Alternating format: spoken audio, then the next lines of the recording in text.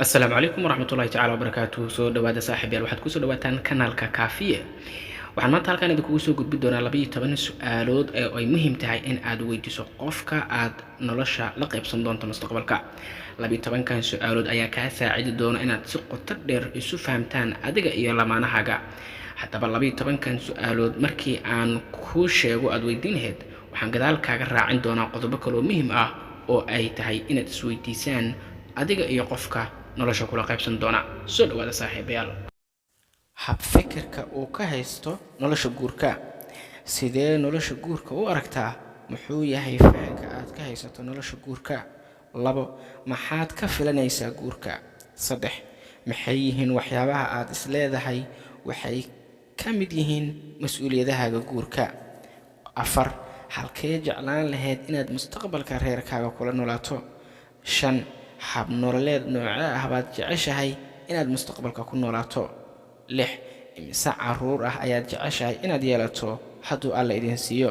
7 ma in la kala fogeeyo dhasha ama awlaadda aad jeceshahay mise in la isku xijiyo?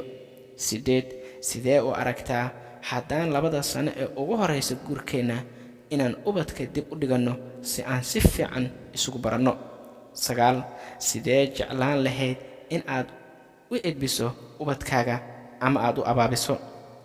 10 sidee bay waalidka kuu soo barbaariyeen maxaadse ka bedeli lahayd? 11 maxaad is leedahay waa waxyaabaha ugu muhiimsan nolosha oo aad ubadkaaga bari lahayd? 12 sifooyinkee baad aqbali karayn inuu yeesho qofka aad nolosha la wadaagayso ama qofka lamaanahaaga ah?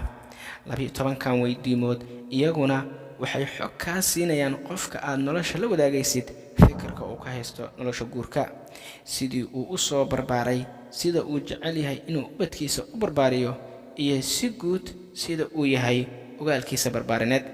waxay sidoo kale xog kaa siinaysaa qorshaha qoys ee uu jeclaysanayo ama ay jeclaysanayso, sida hab nololeedka uu maanka ku hayo ama ay ku hayso kolka uu reer yeesho. waxaa kaloo jira su'aalo ay muhiim tahay inaad weydiiso oo la xiriira caafimaadkiisa iyo qoyskiisa. haddaba maxaa ka mid ah iyagana? qoyska iyo saaxiibada. 1 ii sawir hooyada iyo aabbaha. waa dad nooce ah? maxaad ka raacday oo dabci ah maxaadanse ka raacin? 2 maxay yihiin waxyaabaha aad reerkiina ku jeceshahay? maxay yihiin waxyaabaha aanad jeclaysan? 3 sidee u aragtaa haddii ay waalidkaagu ama waalidkaygu nala soo degaan mustaqbalka? 4 xidhiidhka adiga iyo reerkiina idinka dhexeeya waa nooce?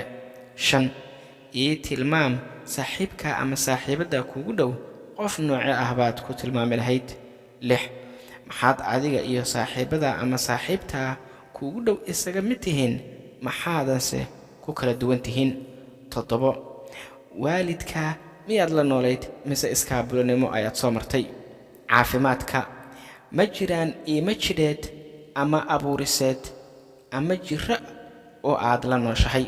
tusaale, dhaawac jireed, gub jireed, nabarro, naafanimo, xanuunada faafa, keliya xanuun, beer xanuun, wadne xanuun iyo kuwo kale oo badan. ma jiraan xanuunada la kala hidaysto ama la kala dhaxlo oo aad reerkiina ka og tahay?